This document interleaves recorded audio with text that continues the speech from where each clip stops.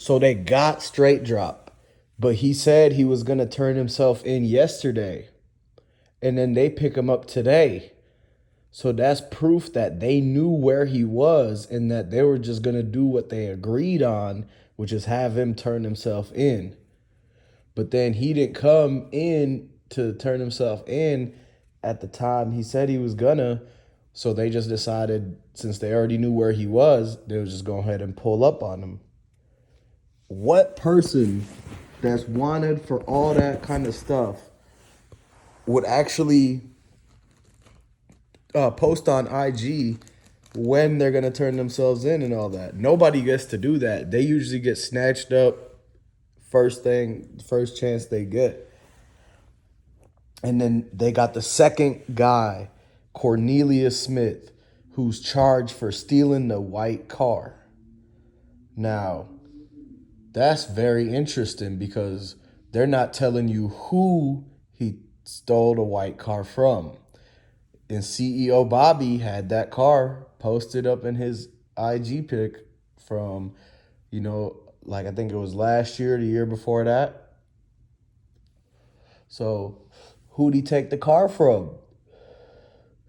So what's weird, this guy Cornelius comes out of nowhere and they never told you that he got charged in Mississippi for taking the car. Why would they leave that info out until now? It's like, it seems like that's weird. They already had that guy locked up in connection to the car, but they never told nobody on the news. Because we've been following this whole case the entire time, and not once did we hear about Cornelius Smith getting charged with taking the white car and bringing it on the scene. This is brand new info, but the news is coming up in here acting like that's already known. Like they're like, oh, he's been picked up a month and a half ago at Mississippi for taking the white car in connection to Dolph. And they just play it off as if like we already knew that or something. And that's like, wait, what? Y'all knew the dude that took the car and brought it up to the scene, but you never said nothing? That's crazy. And that's the guy that probably told and said it was going to be, he was with Straight Drop. They got him to say Straight Drop was with him. That way they could tie him up on it in it and have proof in court. So now both of them is going to tell.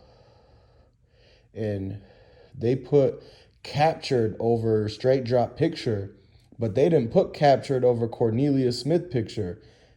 But they said he was already been locked up for taking the white car. So is he out now? Did he bond out? Did they let him go for taking the car because he told and got Straight Drop back behind bars?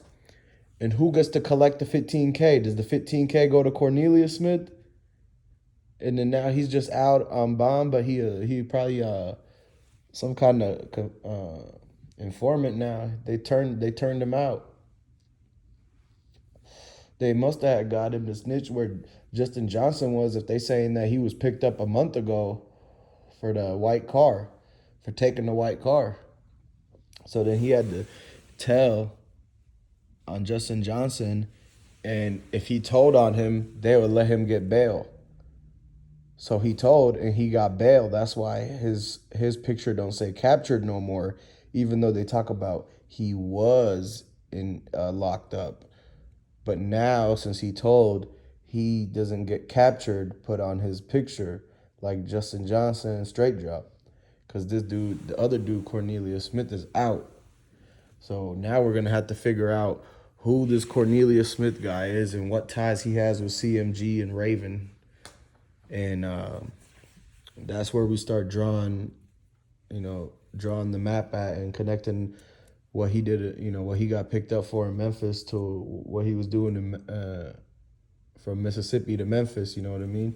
We got to figure out what he was doing that whole time. Was he locked up? When did he get out? If he told, he probably gets the 15K. So that's just one thing that's going to be interesting. Now, how they try to hide from us that this dude gets picked up for the white car, that's CEO Bobby's car. So where's his involvement? Who called and said that their car was stolen? Because that's an easy plan that people actually make up all the time, say that their car got taken, and then they always benefit off of insurance. They benefit off of like, not being tied to some kind of crime. If they gave their car to somebody to use and then they just come back and say, "Oh, my car was stolen," da da da. So, who's the owner? Who's the owner? Because everybody knows CEO Bobby's the owner. So you saying so they're basically trying to tell you that CEO Bobby, once they committed the thing, once Justin Johnson and Straight Drop were on scene to do their part, CEO Bobby called in and called his car in stolen, missing. That way, the heat goes off of him for letting them use his car as a getaway. And then because they have to take that car, he's going to end up getting a check back.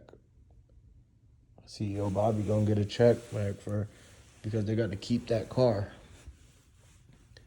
And it's going to probably be like all sorts of evidence in it and everything.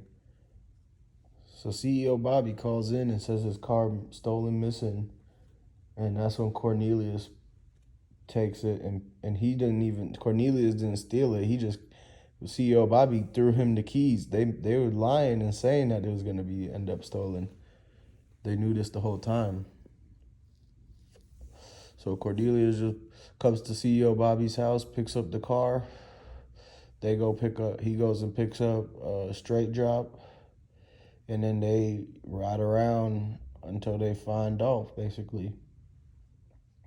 Or, once Dolph is located, they gotta be, 1 to 2 to 3 minutes like behind somewhere in that area. That way they could pull up, and by the time they move the body or do whatever to have them need to run up and make it seem like something happened from the front.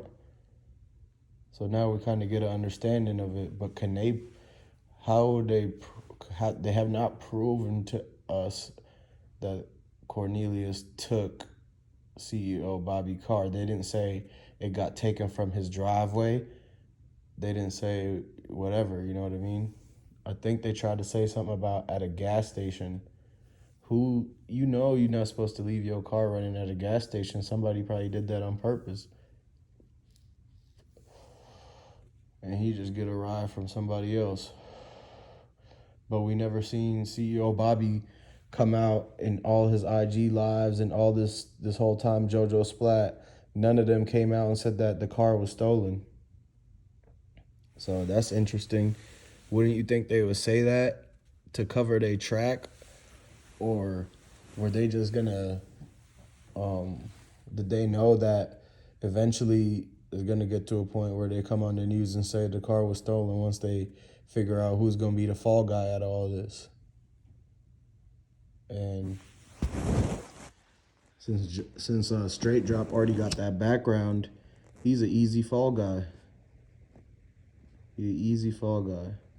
And this Cornelius Smith, like, who is this guy? Has anybody ever heard of him? Is this supposed to be another rapper or something like that? Or is this a street guy? Like, who is this person and why is he involved in this? Like, what is he, you know what I mean? So because it seems like this guy, Cornelius Smith, whoever, he must be just some kind of street guy who gets paid to come and do hits or something like that. So, or he gets paid to take cars or something. So if they took the car and did that drill, then it was a pre-planned thing. It wasn't like they were in their own car and pulled up to do this. They took a car and knew that they were going to need that to take a car to be able to do this drill, to do this hit that was planned. That's how you know. If they take a car to do this, then they were before they took the car, they were like, "Hey, we're about to do this to Dolph at Makita's Cookies. So we need the car. We need to get a car. Otherwise, how could they pull up and not it be planned if they took a car to do it, if they stole a whole car just to do this drill. You can't say it's not planned if it don't make sense. They could not have, like, they're trying to tell you it's not planned, but it's not like they were in their own car. The only way it would not be planned is if they were in their own car that wasn't stolen and they pulled up randomly while seeing Dolph's car. But that's not exactly what happened. What exactly happened is they stole the whole car because they knew they were about to do this at Makita's, so they needed to take a car to do it. And when the time and day came and Dolph was located, they pulled up to the scene where they knew they needed to go, and they did what they needed to do, and which was make it look like something happened in the front.